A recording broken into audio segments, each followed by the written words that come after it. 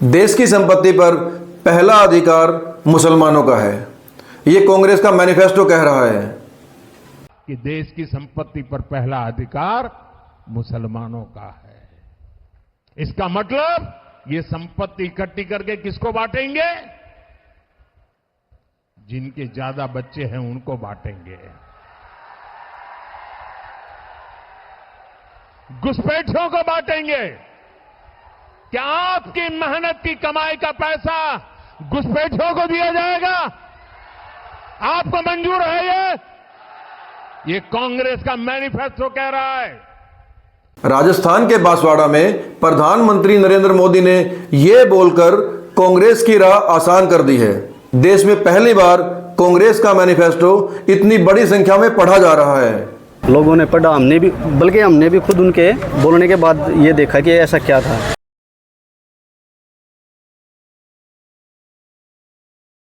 और कांग्रेस के मैनिफेस्टो में वही बातें हैं जो बीजेपी देश के लोगों से कहकर मुकर चुकी है, जैसे किसानों के लिए एमएसपी का वादा, या फिर लद्दाख को छठी अनुसूची में शामिल करने का वादा, या अग्निवीर योजना को वापस लेने की बात। दूसरी तरफ मोदी ये हेट स्पीच देकर हेट स्पीच विवाद में फंस चुके हैं। देश भर से चुनाव आयोग और पुलिस को हजारों की संख्या में शिकायतें मिली हैं। मोदी की स्पीच के बारे में वेब मिर्ची ने अलग अलग वर्ग से बात की। हमने मिट्टी के बर्तन बनाने वालों से पूछा, लेकिन जाति के बारे में बोलना गलत है, चाहे कोई भी हो। कोई भी हो, चाहे अपने प्रधानमंत्री जी हो। नफरत तो फैलेगी जब अगर मुसलमानों के बारे में कुछ कहोगे तो वे भड़के तो गई।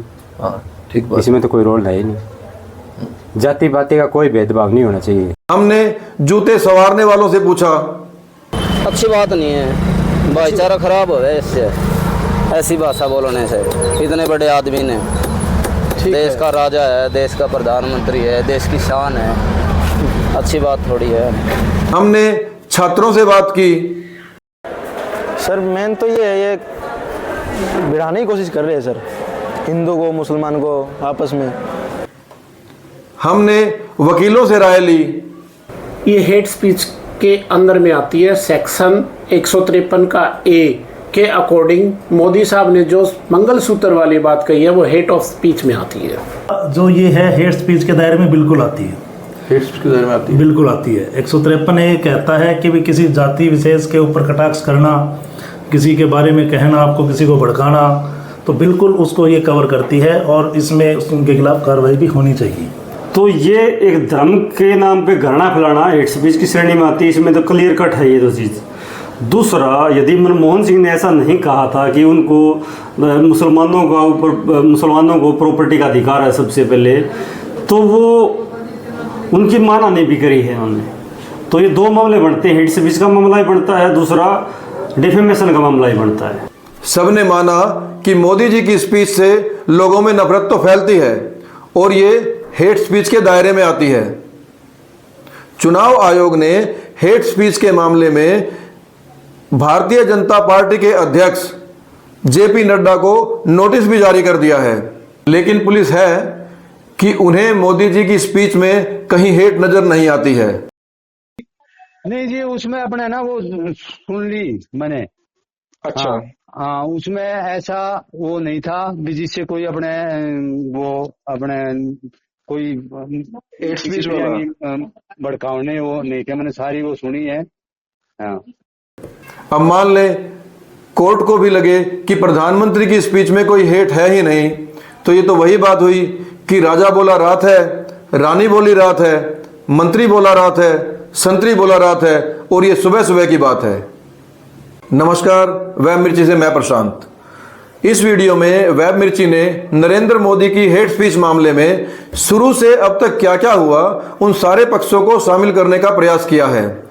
वीडियो में जांच अधिकारी एसएचओ की ऑडियो, स्पीच के बारे में समाज के अलग अलग वर्गों और वकीलों की राय, शिकायतकर्ताओं की रणनीति को दिखाया गया है।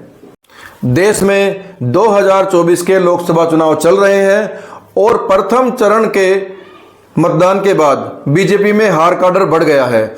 इसी के साथ बीजेपी के स्टार प्रचारक नरेंद्र मोदी अपनी पुरानी रेसिपी पर आ गए हैं, मतलब लगातार झूठ बोल रहे हैं कि देश की संपत्ति पर पहला अधिकार मुसलमानों का है। इसका मतलब ये संपत्ति इकट्ठी करके किसको बांटेंगे? जिनके ज्यादा बच्चे हैं उनको बांटेंगे। घुसपैठियों को बांटेंगे।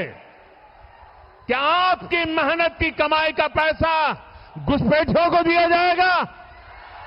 आपको मंजूर है ये कांग्रेस का मैनिफेस्टो कह रहा है। झूठ बोलो, बार बार झूठ बोलो, जो भी बोल सकते हैं सब झूठ बोलो, जहां भी बोल सकते हैं झूठ बोलो, जितनी बार बोल सकते हैं झूठ बोलो, किसी भी विषय पर बोलो तो सिर्फ और सिर्फ झूठ बोलो। एक ही काम, झूठ बोलो, झूठ बोलो, झूठ बोलो, बार बार बोलो, बार बार बोलो, बार बार बोलो, हर जगह पे बोलो और जोर जोर से बोलो। हिंदू मुसलमानों में नफरत फैलाकर राजनीतिक लाभ लेने की फिराक में है। राजस्थान के बांसवाड़ा में नरेंद्र मोदी की स्पीच के बाद 17,000 से ज्यादा शिकायतें चुनाव आयोग और पुलिस विभाग को मिल चुकी हैं। चुनाव आयोग ने तो बीजेपी के राष्ट्रीय अध्यक्ष जेपी नड्डा को इस मामले में नोटिस भी जारी कर दिया है। इसी सिलसिले में हरियाणा के हिसार जिले से एक संस्था एक्शन अगेंस्ट हेट के सदस्यों ने हिसार पुलिस थाना में शिकायत दर्ज करवाकर नरेंद्र मोदी के खिलाफ एफआईआर दर्ज करने की मांग की है। वेब मिर्ची ने समाज के अलग अलग वर्गों से जानना चाहा है कि वो प्रधानमंत्री की राजस्थान वाली स्पीच के बारे में क्या राय रखते हैं। सुनिए समाज क्या मतलब निकालता है इस तरह की स्पीच का। नरेंद्र मोदी की राजस्थान के बांसवाड़ा में स्पीच जो थी उसके बारे में हम रामफल भाई से बात करेंगे। अभी इनके पास आए हैं, स्पीच देखी है नरेंद्र मोदी की, तो इसके बारे में आप क्या समझते हो कि क्यों दी गई है ये स्पीच, इसका क्या मतलब है? नफरत उसे लेगी जब अगर मुसलमानों के बारे में कुछ कहोगे तो वे भड़के तो गई। ठीक बात। इसमें तो कोई रोल है ही नहीं। जाति पाति का कोई भेदभाव नहीं होना चाहिए, राजनीति आपकी जगह पर होनी चाहिए।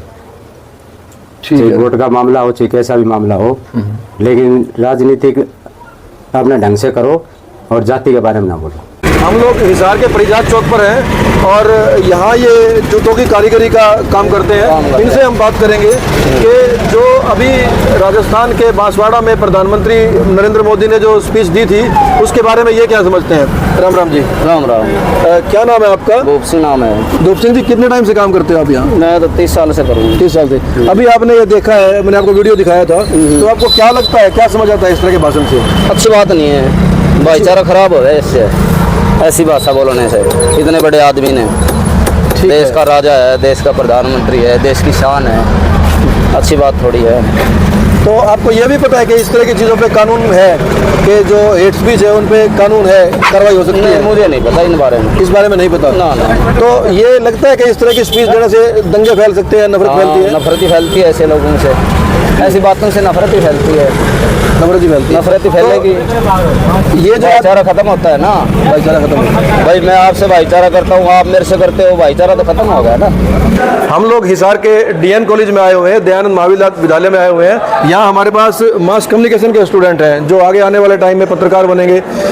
हम लोग इनसे बात करेंगे जो अभी प्रधानमंत्री नरेंद्र मोदी ने राजस्थान के बांसवाड़ा में जो स्पीच दी है, जिसमें उन्होंने कहा है कि देश की सारी संपत्ति इकट्ठी करके कांग्रेस का मैनिफेस्टो बोल रहा है कि मुसलमानों को बांट देंगे, उसमें ये बच्चे क्या समझते हैं और क्या कहना चाहते हैं? जी, आपका नाम क्या है पहले आप बताइए। सर मेरा नाम प्रीतम है। प्रीतम जी, डिपार्टमेंट कौन सा है आपका? BA mass communication. BA mass communication. कौन सा साल है आपका? फाइनल ईयर है सर। फाइनल ईयर है, गुड। तो क्या समझते हो आप प्रधानमंत्री के इस भाषण से जो भी आपने देखा है? सर मेन तो ये है, ये भिड़ाने की कोशिश कर रहे हैं सर हिंदू को मुसलमान को आपस में, ठीक है। और एक ये देखा जाए तो हिंदू सपोर्टर ज़्यादा है। एक ये राम मंदिर बना दिया, कहीं पर भी मस्जिदें फोड़ी जा रही है, उसको देखकर हिंदू ज़्यादा सपोर्ट कर रहे हैं मोदी को, ठीक है। मेन तो सर यही है। प्रधानमंत्री के मुँह से। आपका नाम क्या है आपका? संदीप नाम। संदीप, संदीप जी, हाँ बताइए। सर ये देखे जा सकते हैं तो प्रधानमंत्री के मुंह से ऐसी बातें अच्छी नहीं लगती सर। और मेरा मानना ये है कि हर एक बार नई सरकार आनी चाहिए 5 साल के बाद, एक ही सरकार ये अच्छी नहीं होती सर। तो सरकार तो हर बार नहीं तो आपके वोट देने से आएगी। हाँ, ये सर मानता हूँ। लेकिन यदि मैं ये मान के चलूं, क्योंकि आप मास कम्युनिकेशन के बच्चे हो तो आपका ठीक है इस चीज में नॉलेज होगा, लेकिन यदि मैं एज ए स्टूडेंट बात करूं तो आपको क्या लगता है कि किस तरह के मुद्दों पे बात करनी चाहिए? क्योंकि जो ये आदमी बोल रहा है प्रधानमंत्री, 2 बार तो प्रधानमंत्री रह चुके हैं ये, और 4 बार मुख्यमंत्री रह चुके हैं। जो आदमी 30 साल से राजनीति करता आ रहा है उसके मुंह से हिंदू मुसलमान की बात तो साफ तौर से सही है आपकी कि ये भड़काने वाली है, नफरत फैलाने वाली है। आप उम्मीद क्या करते हो किस तरह की बातें होनी चाहिए? सर एक रोजगार की, शिक्षा की बातें होनी चाहिए सर। ठीक है। ये सर, और एक ऐसी बातें ना हो सर जिससे कि धर्म के खिलाफ कुछ उल्टा सीधा बोला जाए, जैसे मुसलमान हिंदू ये भिड़ाने की कोशिश की जा रही है सर एक दूसरे को। जैसे 2014 से पहले मैंने जिसके भाषण सुने उनमें ऐसी बातें होती नहीं सर, इतनी ज़्यादा नहीं होती थी जितनी मैंने अब सुन ली है इससे। अच्छा, हेट स्पीच के जो मामले हैं, ठीक है। आपका क्या नाम है? सुनील। हाँ सुनील जी, आप क्या समझते हो जो अभी बात हो रही है इसके बारे में? ये भी है सर, हिंदू और ये मुसलमान को भड़काने का काम है सर। हाँ, तो इससे क्या फ़ायदा मिल रहा है उनको? फायदा क्या है सर, ये वोट है, इनकी सत्ता है सर। ऐसे वोट आते फायदा भी तो है सर कि हमारे देश में हिंदू की वो आबादी ज़्यादा है, तो इसके कारण हमारी वोट बैंक देखते हैं सर, दोबारा बन जाएंगे। ठीक है, तो इससे ये नुकसान जो होता है दंगों का, इसके बारे में पता है? इनसे दंगे फैल जाते हैं, इस तरह की बातों से इसी वजह से फैलते हैं सर, इसी वजह से फैलते हैं। हिंदू मुस्लिम आपस में भिड़ाते हैं सर। अच्छा ठीक है, आप लोग पत्रकार बनोगे अब, तो आप किस तरह की पत्रकारिता करोगे? क्योंकि अभी आप मीडिया देख रहे हो कि सारा का सारा लगता है कि जिसे गोदी मीडिया बोलते हैं। हाँ सर, ये ऐसा भी देखा जा चुका है कि 2014 के बाद जितने मीडिया को गाली दी जा रही है, उससे पहले 2014 से पहले ये गाली नहीं दी जाती थी मीडिया को। हाँ सर, अब ज़्यादा गाली देते हैं सब लोग मीडिया को। मतलब मीडिया बदनाम हो चुका है, बदनाम हो चुका है, साफ साफ दिख रहा है। तो आपके कंधों पे आएगी बात कि मीडिया को कैसे संभालना है। हाँ सर, ठीक है जी, बहुत बहुत धन्यवाद। हम लोग थे मास कम्युनिकेशन के छात्रों के साथ, और इसमें कमाल की बात यह है कि जो ये वीडियो शूट कर रहा है ये भी मास कम्युनिकेशन डिपार्टमेंट का स्टूडेंट है। क्या नाम है आपका? राहुल जी ने ये वीडियो शूट किया है, धन्यवाद जी। डिपार्टमेंट के मास कम्युनिकेशन के स्टूडेंट है राहुल। हम इनसे पूछेंगे जो अभी हम लोगों ने स्पीच देखी है जो प्रधानमंत्री मोदी दे रहे थे एक रैली के अंदर राजस्थान में बांसवाड़ा में, तो ये देख के आपको क्या लगता है कि इस तरह की स्पीच क्यों दी जाती है और आप किस तरह की बातें पसंद करते हो नेताओं से? जी, पहले तो सर ये जितने भी जो पॉलिटिशियन है ज़्यादातर तो वोट बैंक के लिए काम करते हैं, एजुकेशन के काम कोई नहीं करता। ज़्यादातर जो मीडिया है वो भी शायद बीजेपी के पक्ष में ही है, वो इसी चीज़ को हिंदू और मुस्लिम को, इन मुद्दों को बना करके जनता के सामने पेश कर रही है, ताकि आगे आने वाले जितने भी वोट के जो भी है आगे प्रधानमंत्री के, पीएम के, सीएम के लिए जो भी वोट होने वाले हैं वो सब इनके पक्ष में आ सके। या फिर ये शायद ऐसा भी हो सकता है सर आगे कि सारे सरकार को, मतलब आगे जितने पॉलिटिशियन हैं उनको ख़त्म करके शायद एकल सरकार भी बना सकती है सर। कोई लोग शिकायत क्यों नहीं करते हैं? शायद उसके ऊपर हो चुका है सर एक केस, या शायद वो उस स्पीच पे ना हुआ और हो, अगर अलग हो शायद वो सर, पर इस पे केस हुआ है सर प्रधानमंत्री पे। अब ये वीडियो देखा है हमने कि बांसवाड़ा में जो स्पीच दी है नरेंद्र मोदी प्रधानमंत्री जी ने, क्या वो हेट स्पीच के दायरे में आती है? देखिए, सबसे पहले तो प्रधानमंत्री मोदी ने इस जो वक्तव्य में अपने में ये कहा है कि मनमोहन सिंह ने ये मुसलमानों को प्रॉपर्टी देने वाली बात कही थी, तो ये बिल्कुल सरासर झूठ है। दूसरा, कांग्रेस के जो मैनिफेस्टो में भी ऐसी कोई चीज़ नहीं है, तो ये एक धर्म के नाम पे घृणा फैलाना हेट स्पीच की श्रेणी में आती है, इसमें तो क्लियर कट है ये दो चीज़। दूसरा, यदि मनमोहन सिंह ने ऐसा नहीं कहा था कि उनको मुसलमानों को प्रॉपर्टी का अधिकार है सबसे पहले, तो वो उनकी मानहानि भी करी है उन्होंने। तो ये 2 मामले बनते हैं, हेट स्पीच का मामला ही बनता है, दूसरा डिफेमेशन का मामला ही बनता है। ठीक है, तो इसमें यदि हम बात करें कि पुलिस नहीं मान रही है इसमें हेट स्पीच है, तो फिर इसके लिए अगला स्टेप क्या हो सकता है? देखिए, यदि आपने एसएचओ को एप्लीकेशन दी है, उसके बाद आपका कानूनी अधिकार है कि यदि वो एफआईआर दर्ज नहीं कर रहा तो आप एसएसपी को उसकी शिकायत दे सकते हैं। उसके बाद भी यदि आपकी एफआईआर दर्ज नहीं होती तो आप यहाँ मजिस्ट्रेट के 156 दिन में एफआईआर दर्ज करवा सकते हो। दूसरा, आप हाई कोर्ट मेरिट पेटिशन डाल के सीधा एफआईआर दर्ज करवाने के लिए भी जा सकते हो। ठीक है, यानी कि बिल्कुल क्लियर कट है कि हेट स्पीच का मामला तो बनता ही है, इसके साथ में मानहानि का मामला ही बनता है। हेट स्पीच के साथ मानहानि का मामला ही बनता है। और यदि पुलिस कार्रवाई नहीं करती है तो हम डायरेक्ट हाई कोर्ट में भी जा सकते हैं। हाई कोर्ट में भी जा सकते हो आप, बिल्कुल जा सकते हो, क्योंकि इसमें सुप्रीम कोर्ट ने भी निर्णय सुना है कि सो मोटो हाई कोर्ट्स को भी लेना चाहिए और पुलिस अधिकारियों को भी सो मोटो लेना चाहिए हेट स्पीच के मामले में। ठीक है सर, धन्यवाद जी। तो नमस्कार सर। नमस्ते। हम ये जानना चाह रहे हैं आपसे कि जो प्रधानमंत्री नरेंद्र मोदी ने राजस्थान के बांसवाड़ा में जो स्पीच दी है, जिसकी आजकल काफी चर्चा है, उसमें वो कुछ इस तरह का बोल रहे हैं कि कांग्रेस का मैनिफेस्टो ऐसे बोलता है कि आपकी संपत्ति एकत्रित करके और वो उन लोगों को दे दी जाएगी जिनके ज्यादा बच्चे हैं, जो घुसपैठी हैं या मुसलमान हैं, इस तरह का वर्ड यूज कर रहे हैं। तो हम इसमें यह जानना चाह रहे हैं कि कानूनी रूप से क्या ये जो स्पीच है ये हेट स्पीच के दायरे में आती है? जी नमस्कार जी। मैं कहना चाहूँगा फर्स्ट ऑफ ऑल तो देखो नरेंद्र मोदी जी हमारे प्रधानमंत्री हैं, वो किसी एक पर्टिकुलर पार्टी को नहीं कर सकते, ठीक है, क्योंकि वो पूरे देश के एक प्रधानमंत्री है और उनके मुंह से ऐसी बातें शोभा नहीं देती, ठीक है। ये बिल्कुल एक जाति वर्ग पे कटाक्ष किया है उन्होंने और एक जाति वर्ग को फायदा पहुंचाने के लिए दूसरे के खिलाफ उन्होंने बोला है, तो बिल्कुल मैं मानता हूं कि गलत बोला है उन्होंने एक प्रधानमंत्री होते हुए जी। और दूसरा जो ये है हेट स्पीच के दायरे में बिल्कुल आती है, हेट स्पीच के दायरे में आती है, बिल्कुल आती है। 153 ये कहता है कि भी किसी जाति विशेष के ऊपर कटाक्ष करना, किसी के बारे में कहना, आपको किसी को भड़काना, तो बिल्कुल उसको ये कवर करती है और इसमें उनके खिलाफ कार्रवाई भी होनी चाहिए। तो यदि पुलिस कार्रवाई नहीं करती है इस मामले में तो फिर क्या विकल्प है उन लोगों के पास, क्योंकि प्रधानमंत्री के दबाव में बड़ी संभावना है कि शायद पुलिस कार्रवाई ना करे? बिल्कुल तो, देखो ये चीज वाजिब है कि हो भी सकता है कि पुलिस ना कार्रवाई करे क्योंकि हमारे देश का प्रधानमंत्री है और उसके खिलाफ शिकायत की है, लेकिन हमारे पास देखो कोर्ट है हमारा, जो हमें हमारे संविधान पे भी विश्वास रखना चाहिए। तो वहाँ पे जो न्यायाधीश बैठे हैं हमारे जो एरिया के मजिस्ट्रेट हैं, हम उनको अप्रोच कर सकते हैं कि पुलिस ने हमारे इस पर कार्रवाई नहीं की है, तो बिल्कुल कर सकते हैं हम। और इसमें बिल्कुल कोर्ट को भी ये लगना चाहिए कि प्राइमा फेसी मुकदमा बनता है, तो बिल्कुल इसमें कार्रवाई होनी चाहिए।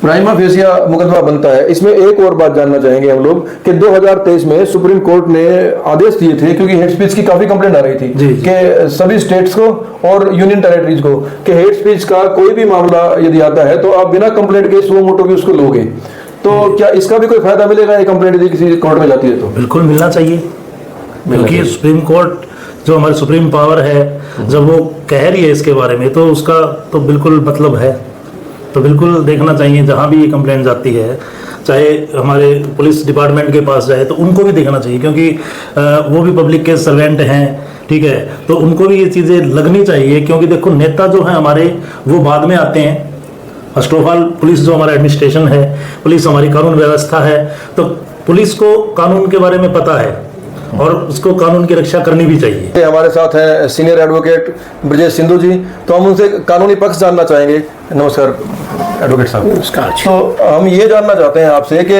उस स्पीच में प्रधानमंत्री नरेंद्र मोदी ने साफ तौर से कहा है कि कांग्रेस का मैनिफेस्टो कह रहा है कि हिंदुओं की संपत्ति एकत्रित करके उन लोगों को दी जाएगी जो घुसपैठिए हैं, जिनको मनमोहन सरकार ने कभी मुसलमान के रूप में बताया था, यानी कि आपकी संपत्ति एकत्रित करके मुसलमानों को दी जाएगी। तो हमारा बेसिकली आपसे ये जानना है क्या ये स्पीच कानूनी रूप से हेट स्पीच के दायरे में आती है? सबसे पहले कांग्रेस के मैनिफेस्टो में ऐसी कोई चीज नहीं लिखी हुई है जो मोदी साहब ने स्पीच में बोला है। दूसरी बात, ये हेट स्पीच के अंदर में आती है। सेक्शन 153 का ए के अकॉर्डिंग मोदी साहब ने जो मंगलसूत्र वाली बात कही है वो हेट ऑफ स्पीच में आती है। क्या कानूनी रूप से ऐसा संभव है हमारे देश में किसी की संपत्ति लेके किसी दूसरे को दे दी जाए? नहीं, ये पॉसिबल नहीं है। कोई एक्ट ऐसा नहीं है अभी तक हमारी नॉलेज के अकॉर्डिंग कि किसी की संपत्ति लेकर गवर्नमेंट किसी दूसरे को दे दे उसकी बगैर सहमति के। तो इसमें एक और कानूनी पक्ष जानना चाहेंगे हम आपसे कि कुछ लोगों ने पुलिस को शिकायत दी है इस हेट स्पीच के मामले में। यदि पुलिस इस पर कार्रवाई नहीं करती है तो कंप्लेनेंट क्या कर सकते हैं? क्या कानूनी उनका कदम होना चाहिए? कंप्लेनेंट इसमें सबसे पहले लोअर कोर्ट 156(3) में जाके अपनी कंप्लेंट दायर कर सकता है। अगर वहां भी कोई एक्शन नहीं होता तो हाई कोर्ट में इसकी रिट फाइल की जा सकती है। ठीक, धन्यवाद। मतलब हर वर्ग यह मानता है कि नरेंद्र मोदी की स्पीच लोगों में नफरत फैलाने वाली है, भाईचारा खराब करने वाली है। दूसरी तरफ शिकायत से अगले दिन जब एसएचओ और हेट स्पीच मामले में जांच अधिकारी रिसाल सिंह से बात की गई तो उन्होंने कहा कि मैंने शिकायत की जांच कर ली है, वीडियो देख लिया है, मुझे उसमें कुछ भी हेट जैसा नहीं लगा है। नमस्कार जी, एसएचओ साहब बोल रहे हैं सिटी से? जी जी जी। सर मैं प्रशांत बोल रहा हूँ। परसों हम लोगों ने कंप्लेंट दी थी तो वो हेट स्पीच के मामले में, उसमें राकेश जी को बताया था कि आईओ है, उन्होंने अब आपका नंबर दिया है कि आप ही कर रहे हो उसकी इंक्वायरी। नहीं जी, उसमें अपने ना वो सुन ली मैंने। अच्छा। हाँ, उसमें ऐसा वो नहीं था कि जिससे कोई अपने वो अपने कोई हेट स्पीच वाला भड़कावने वो नहीं किया। मैंने सारी वो सुनी है। हाँ, वो तो कमाल कर दिया आपने। मैं आपको जो लेटर में लिख रखा वो लाइनें नहीं मिली उस वीडियो में आपको? लाइनें मेरी बात सुनो, उसमें अपने वो दे रखी है भी, जो आप जो कह रहे हो ना, हाँ। वो ये कह रहे हैं भी क्या दूसरे का अपने आपका जो धन है, आपका आपके वो जो प्लॉट है या आपके मंगलसूत्र है, भी किसी और को दे दोगे आप? हैं? ये दे दोगे? और तो वो कभी उनका कौन सा मैनिफेस्टो है कभी इसके अपने है ना, जो ज्यादा बच्चे उनको वितरित करेंगे, समान करेंगे सबको। हाँ, नहीं उसमें मुसलमान नहीं सुना आपको कहीं भी? नहीं मुसलमान एक जगह मुसलमान आ रहे, बीस इसलिए वो उन्होंने कहा है ये बात है। मैनिफेस्टो का वो कहा है इस संबंध में? नहीं मैनिफेस्टो में तो वो चीज है ही नहीं जो वो बात कर रहे हैं ना वो। लेकिन बात ये है कि यदि मैनिफेस्टो में हो तो भी ये हेट स्पीच तो है, ये धर्म पे तो लोगों की बात कर ही रहे हैं। चुनाव आचार संहिता लगी हुई है और वो धर्म पे जात पे बात कर रहे हैं कि वो अल्पसंख्यकों को देंगे, मुसलमान को देंगे, तो इसका मतलब तो मुसलमानों को और हिंदुओं को बांटने वाली बात होगी ना जी। शांति मैं आपको एक 10 मिनट बाद में मैं कॉल आपको मैं खुद करता हूँ, 1 मिनट में थोड़ा। ठीक, मैं वेट कर रहा हूँ। ठीक। Hello, This call is now being recorded. Hello, हाँ नमस्कार सर। नमस्कार। SHO सिटी जी? हाँ सर, मैं प्रशांत बोल रहा हूँ। कल फोन किया था, बोले मैं 10 मिनट बाद करूंगा वो हेट स्पीच वाले मामले में। तो फिर अच्छा।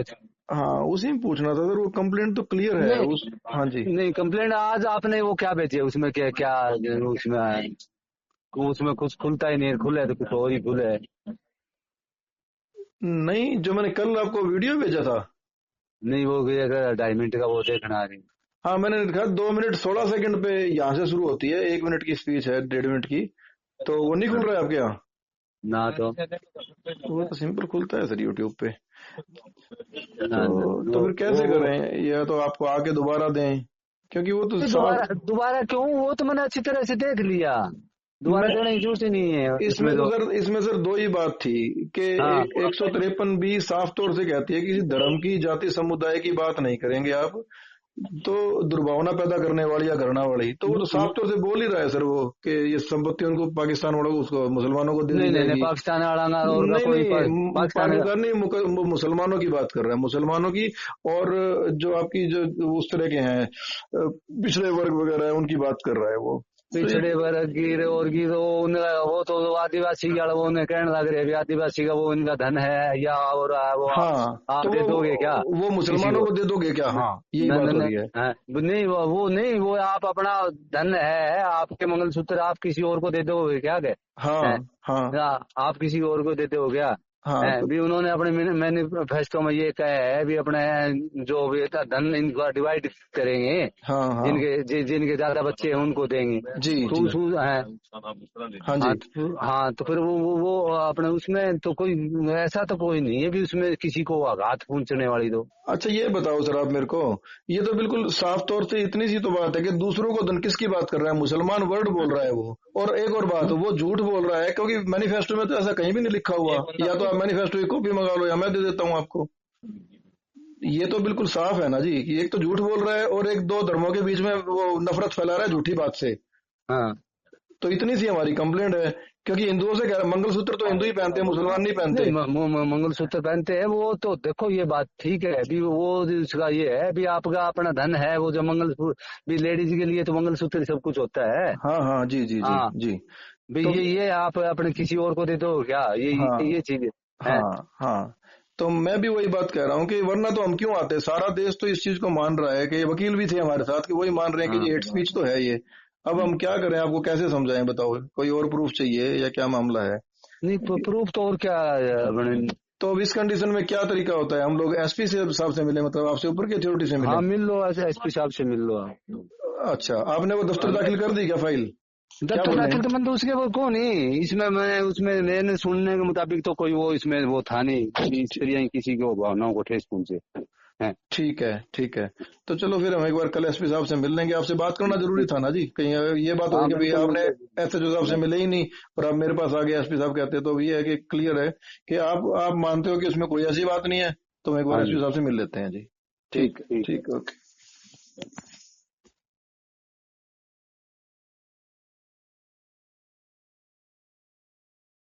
इसके बाद एक्शन अगेंस्ट हेट के सदस्य शिकायत पर कार्रवाई करवाने के लिए हिसार के जिला पुलिस अधीक्षक से मिले। उन्होंने एसपी मोहित डांडा से कहा कि इस मामले में एफआईआर दर्ज करवाकर जांच शुरू करवाई जाए, क्योंकि एफआईआर में देरी की वजह से सबूतों से छेड़छाड़ की जा सकती है।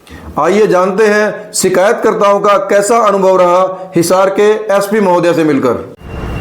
एक्शन अगेंस्ट हेट के बैनर तले आज हिसार के कुछ लोग इकट्ठा हुए हैं, तो हम इनसे जानते हैं कि इस बैनर का मतलब क्या है और ये किस उद्देश्य से इकट्ठा हुए हैं। जी, आपका नाम क्या है? चरणजीत सिंह नाम है। चरणजीत जी, आज किस लिए आप लोग इकट्ठा हुए हो? एक्शन अगेंस्ट हेट का क्या मतलब है? जी, ऐसा है जी, एक कंप्लेंट दी थी प्रधानमंत्री मोदी के खिलाफ, नफरती भाषण जो उन्होंने दिया था राजस्थान में, तो उनकी कंप्लेंट सिटी शहर में दी थी थाने में। उसके बाद कोई कार्रवाई नहीं की, तो यहाँ एसपी साहब से मिलने आए हैं जी। तो इसी विषय में मिलने आए थे कि कार्रवाई के लिए, और यहाँ लगता है यहाँ भी कोई कार्रवाई नहीं होगी तो हम इस बार कोर्ट में जाएंगे। और इसका मकसद यही है कि जो नफरती जो भाषण है, जो नफरती राजनीति है, जो नफरती समाज है, उसके खिलाफ ये एक एक्शन है। ठीक है, बिल्कुल साफ है कि जो नफरत के खिलाफ है उसके खिलाफ एक्शन करने के लिए ये बैनर तैयार किया गया, ये अम्ब्रेला तैयार किया गया। हमारे साथ संजीव जी हैं, ये दे दो आप, हाथ में ले लो जाए। हाँ संजीव जी, आप बताओ कि क्या पर्पज़ है इस चीज़ का, किस लिए इकट्ठे हुए हो आप लोग? मैं संजीव भोजराज मदद एनजीओ से हूँ। हमारा पर्पज़ था कि जैसे मोदी जी ने अभी हेट स्पीच दी थी बांसवाड़ा में, वहाँ उन्होंने हमेशा नफरत की राजनीति की है, एक जाति को लेकर हमेशा एक जाति के फिक्स रहकर उन्होंने 10 सालों से लेके आरएसएस जो उनकी संस्था है, उन्होंने बस नफरत और दंगे, जो वडोदरा कांड हो गया, पुलावा कांड हो गया, वहाँ उन्होंने हमेशा ही इन्होंने राजनीति यही किया। आज भी ये इनसे और कुछ भी नहीं हो, एक जाति को लेकर ये राजनीति करना चाहते हैं। इसलिए हमें आज एसपी को ज्ञापन दिया है कि जो हेट स्पीच दी है मोदी जी ने, उन पर कार्रवाई की जाए। कंप्लेंट दी है? हाँ, ठीक है। हर्षदीप जी हैं हमारे साथ, पेशे से एडवोकेट हैं, किसान नेता भी हैं, तो इनसे बात करेंगे कि आप बताओ इसके बारे में कि आप क्या कर रहे हैं। जी, आज जिस तरीके से हमने एसपी साहब से मिल करके जो हमारी कंप्लेंट थी, जो एसएचओ साहब को हमने दी थी, उसके बारे में कोई कार्रवाई न होने पर एसपी साहब को ये रिक्वेस्ट की है कि आपका जो फ़र्ज़ बनता है कि देश के प्रधानमंत्री ने जिस तरीके से देश के धर्मनिरपेक्ष स्वरूप पे आघात किया है, उस पर आप निश्चित तौर पे जल्दी से जल्दी कोई एक्शन लें, ताकि जिस तरीके से अगर एक अपराधी कोई अपराध करता है तो दूसरे देश के नागरिक भी उसके अपराध को देखते हुए जब तक उसको लगाम लगाने का काम ना किया जाए, दूसरे अपराधी भी उसके लिए प्रेरित होते हैं, इस तरीके का कार्य करने के लिए प्रेरित होते हैं। तो हमारा निवेदन ये था एसपी साहब से कि आप सशक्त होकर के हमारे देश के प्रधानमंत्री ने जो जघन्य वक्तव्य अपना दिया है उसके खिलाफ एक्शन लें। उन्होंने धर्म के नाम पे जिस तरीके से देश को विभक्त करने का काम किया, विभाजन करने का काम किया है, उसमें आप एक्शन लें, ताकि और कोई भी इस मामले में कल कोई इस तरह की घटना को अंजाम देने की सोचे भी ना। तो हमने जो एसपी साहब से अपना निवेदन किया, तो हमें ये लगा कि वो सक्षम नहीं है, वो अपने आप को अक्षम महसूस कर रहे हैं और बहुत ही कमज़ोर और दयनीय उनकी हालत थी। उम्मीद है, फिर भी हम उम्मीद करते हैं कि हम लोगों का जो उनसे निवेदन था, सहारा लगाने के बाद वो कोई ना कोई एक मजबूत फैसला लेंगे और जल्द ही इस मामले में न्याय देने का काम करेंगे। ठीक है, तो इसकी आगे अगली कार्रवाई क्या होगी? जैसे आपने बताया वो अक्षम महसूस कर रहे हैं, तो यदि वो अक्षम महसूस करने के बाद साबित भी अक्षम होते हैं तो अगली कार्रवाई क्या होगी? इसके बावजूद भी हम उनको अभी समय दे रहे हैं। अगर वो अपने टाइम पर अपना कोई कार्रवाई लेने में सक्षम नहीं होंगे तो उसके बाद फिर हम कानूनी प्रक्रिया जिसके तहत हम कोर्ट में जाकर के इस्तगासा या कंप्लेंट जिसको बोलते हैं वो फाइल करने का काम करेंगे और इस लड़ाई को अंजाम तक पहुँचा कर रहेंगे, ताकि भविष्य में इस तरह की जघन्य वक्तव्य जो हैं उनको देने पर लगाम लगे। ठीक है, कार्रवाई केवल साफ तौर से इसलिए है कि नफरती भाषणों पर रोक लगाई जा सके, समाज के अंदर वर्गों को बांटा ना जा सके, नफरत ना फैलाई जा सके। जगदीश जी हैं हमारे साथ जी।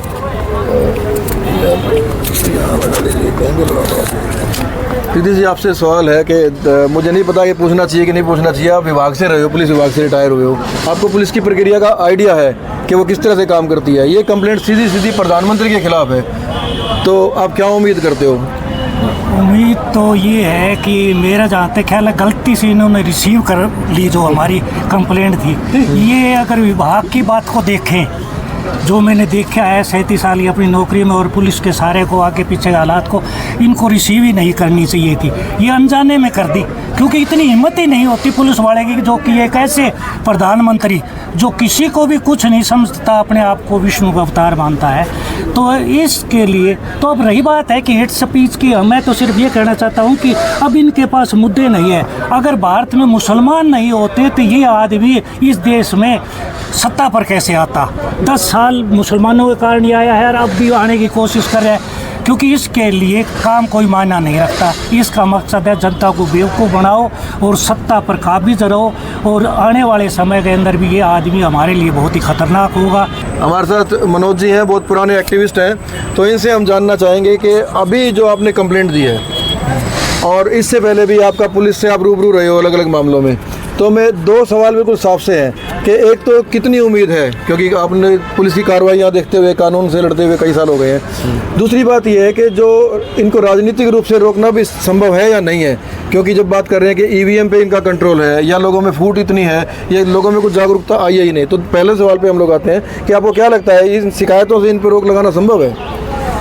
एक हमारे हरियाणा के अंदर कहावत है, जब घी सीधी उंगली से नहीं निकलता तो उंगली टेढ़ी करनी पड़ती है जी।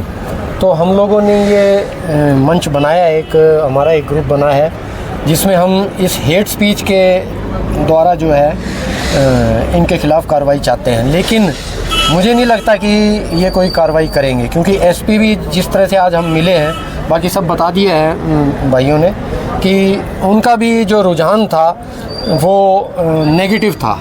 मतलब मुझे नहीं लगता, तो हमें जो है जो हमारा अगला स्टेप है वो उठाना पड़ेगा। बाकी ये जो हेट स्पीच की बात कर रहे हैं और ये प्रधानमंत्री की बात कर रहे हैं, तो प्रधानमंत्री भी अगर देखा जाए तो एक नागरिक ही है हमारी तरह, और कानून सबके लिए बराबर है।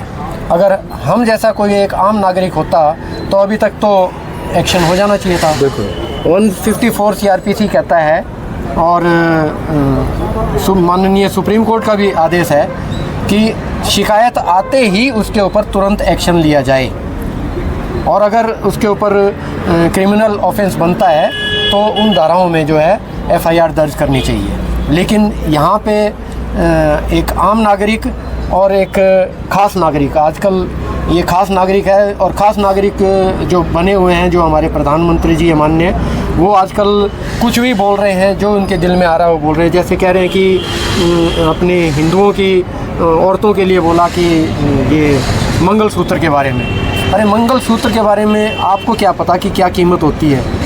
जिसने आज तक मंगलसूत्र ख़रीदा ही नहीं है तो उसको क्या पता कि मंगलसूत्र की वैल्यू क्या है? तो इससे ज़्यादा मैं और क्या कहूँ। तो हमारा सौरभ भाई हैं, उनसे बात करेंगे हम लोग कि एक तो सौरभ जी आप अपने हिसाब से ही बताइए कि जो भी हमारी बातचीत हुई है कि आप क्या कहना चाह रहे हैं। जी, अब यहाँ से आप देख लीजिए कितना बड़ा दोगला आदमी है ये। पूरे विश्व के मुसलमान, अरब कंट्री तो इसको बहुत अच्छे लगते हैं, और भारत में पैदा हुए जो यहीं की नस्लें हैं, हमारे सारे बाप दादा पीछे के एक हैं, उनके खिलाफ ये नफरत बोता रहता है। तो हम ललित भाई से बात करेंगे, एक्टिविस्ट हैं हिसार के और काफ़ी गतिविधियों में रहते हैं, कि आपका क्या कहना है इस बारे में कि आपने जो कंप्लेंट की है और जब चुनाव का माहौल, इसमें क्या रहेगा आप लोगों का? जी, ऐसा है, 2 बातें हैं। एक तो ये कि मोदी जी ने जो हेट स्पीच दी है, और दूसरा मामला है कि हमने उसकी शिकायत की है हेट स्पीच की। तो हेट स्पीच है, ये कोई गलती वाली बात नहीं है, इनके मुंह से निकल गई हो, ये इनकी सोची समझी रणनीति है सारी। ये राजस्थान में जाकर मुसलमानों के खिलाफ बोल रहे हैं, क्या उस जम्मू कश्मीर में जाकर मुसलमानों के खिलाफ बोलेंगे? हैदराबाद में जाकर मुसलमानों के खिलाफ बोलेंगे? बिल्कुल नहीं बोलेंगे। हरियाणा में जाट नॉन जाट कर रहे हैं, तो बताओ ये जाट नॉन जाट हिंदू नहीं है? ये तो मुस्लिम नहीं है। तो इन लोगों का काम बांटना है और किसी तरह वोट पाना है। इनको किसी से कोई ना हिंदू से मतलब है, ना इनको मुसलमान से मतलब है, ना इनको जाट से मतलब है, ना नॉन जाट से मतलब है। कोई महाराष्ट्र में जाके मराठा नॉन मराठा कर रहे हैं, ना उनसे इनको कोई मतलब है, ना इनको कर्नाटका में कन्नड़ नॉन कन्नड़ से मतलब है। इनका काम है सिर्फ बांटना और अपने आप को किसी प्रकार से सत्ता में लेके आना। अब दूसरी बात रही इनकी शिकायत की, जो शिकायत हमने दी इसमें सिटी थाना में दी, वो सिटी थाना में जो हमने शिकायत दी, वो SHO ये कह रहे हैं कि अभी इसमें हमारे को कुछ भी ऐसा कुछ मिला नहीं है कि जो इसमें हेट स्पीच से संबंधित है। अब इसी भाषण के ऊपर जब चुनाव आयोग ने उनको वो दे दिया, नोटिस दे दिया भाजपा प्रदेश इसके अध्यक्ष को, नड्डा जी को, उनको नोटिस दे दिया कि और ये हमारे SHO साहब को इसमें कुछ हेट स्पीच ही नज़र नहीं आ रही, तो ये कैसे हम उम्मीद कर लेंगे। पुलिस से तो हमें देखो उम्मीद नहीं है, लेकिन ठीक है जो एक स्टेप बनता है कि हमें पहला इनके पास जाना था, फिर SP साहब के पास जाना है, और SP साहब से भी कुछ नहीं मिला तो हमें सुप्रीम कोर्ट है, कोर्ट हमारे पास है, तो वहीं से उम्मीद है पूरी। ललित जी का बिल्कुल साफ कहना है कि भारतीय जनता पार्टी को किसी हिंदू मुसलमान से कोई मतलब नहीं है, किसी जाट नॉन जाट से कोई मतलब नहीं है, उसको मतलब है केवल फूट डालने से। वही अंग्रेजों की नीति ये फॉरवर्ड करते हुए आ रहे हैं कि फूट डालो और राज करो। हमारे साथ मनीष जी हैं और काफ़ी गतिविधियों में, इजहार की गतिविधियों में, किसान आंदोलन में, कोविड के लिए जो विरोध था वैक्सीनेशन का, उन चीज़ों में एक्टिव रहे हैं। हम इनसे जानेंगे कि अभी तक कुछ बातें साफ हो गई हैं इन लोगों से बात करके। एक तो ये कि जो कंप्लेंट की गई है पुलिस से कोई बहुत ज़्यादा सी उम्मीद नहीं है, लेकिन कानून क्लियर है और ये प्रोसेस पूरा किया जा रहा है। एक तो ये बात। दूसरी बात ये हो रही है कि नरेंद्र मोदी की जो स्पीच थी जिसकी आपने कंप्लेंट की है, उसमें नरेंद्र मोदी से वो तो कह रहे हैं कि जानबूझ के किया है, लेकिन बाद में ये भी निकल के आ रहा है कि उनसे बड़ी गलती होगी कि मैनिफेस्टो का रेफरेंस दे दिया है कि अभी तक कहीं मैनिफेस्टो की बात नहीं होती थी, उसके कहने के बाद लोग मैनिफेस्टो पढ़ना शुरू हो गए हैं। तीसरी बात ये हो रही है कि इस टाइम पे बीजेपी को हराना क्यों जरूरी है। तो इन 2-3 मुद्दों पे मैं आपसे जानना चाहूँगा कि आपका क्या पक्ष है, क्या जानकारी है। देखो सर, पहली बात तो है मैनिफेस्टो की। मैनिफेस्टो में ये है कि उन्होंने मतलब मैनिफेस्टो का कंटेक्स्ट ले गए, प्रधानमंत्री मोदी ने बात करनी शुरू की तो लोगों के डोमेन में ये चीज़ की ऐसा क्या है, लोगों ने पढ़ा, हमने भी, बल्कि हमने भी खुद उनके बोलने के बाद ये देखा कि ऐसा क्या था। ठीक है, फिर उन्होंने जो पहले के प्रधानमंत्री थे उनका नाम लिया, ठीक है, उनका नाम लेके देखा, फिर हमने वो भी देखा, यूट्यूब पे सर्च किया कि उन्होंने सच में ऐसा बोला था कि नहीं बोला था। बल्कि नेशनल न्यूज़ चैनल पे भी सब पे बहुत सारे चैनल पे चला है, ललन टॉप करके और भी कई चैनल हैं कि भाई ऐसा नहीं बोला गया था। तो ठीक है, मैनिफेस्टो की जो सारी चीज़ें हैं वो इनके बोलने के बाद पब्लिक डोमेन में ज़्यादा रीच बढ़ी होंगी, तो इससे सीधा सीधा बीजेपी को नुकसान होएगा ही होएगा या एनडीए को नुकसान होएगा ही होएगा। फिर कंप्लेंट की बात है, कंप्लेंट हमने कर ली, हमको लगता नहीं कि है ना यहाँ कोई कार्रवाई होगी इस तरह की, तो हमको कोर्ट के रास्ते जाना ही जाना पड़ेगा, ये सीधा सीधा है। देखिए, हेट स्पीच को लेकर कानून बिल्कुल साफ है। सुप्रीम कोर्ट हेट स्पीच के मामलों में पिछले कुछ साल में इतना परेशान हुआ है कि उसने देश के सभी राज्यों, यूनियन टेरिटरीज को ये आदेश दे दिए कि यदि कोई हेट स्पीच का मामला सामने आए तो बिना किसी शिकायत के भी FIR दर्ज करके उस पर जांच आरंभ की जाए। मोदी की स्पीच में झूठ है, नफरत है, कंटेम्प्ट ऑफ कोर्ट है, बदनाम करने की साजिश है। यहां तक कि वकीलों को भी इसमें हेट नजर आई है, समाज के हर वर्ग को हेट नजर आई है, लेकिन पुलिस अधिकारी, SHO, जांच अधिकारी को लगता है कि इसमें हेट जैसी कोई चीज नहीं है। पुलिस अधीक्षक का रवैया भी मामले में लीपापोती करने वाला दिख रहा है। SP साहब कुछ भी नहीं बता रहे हैं कि मामले में किस तरह कार्रवाई करेंगे, कब तक करेंगे। ये तानाशाही का बेहतरीन उदाहरण नहीं है तो और क्या है। धन्यवाद।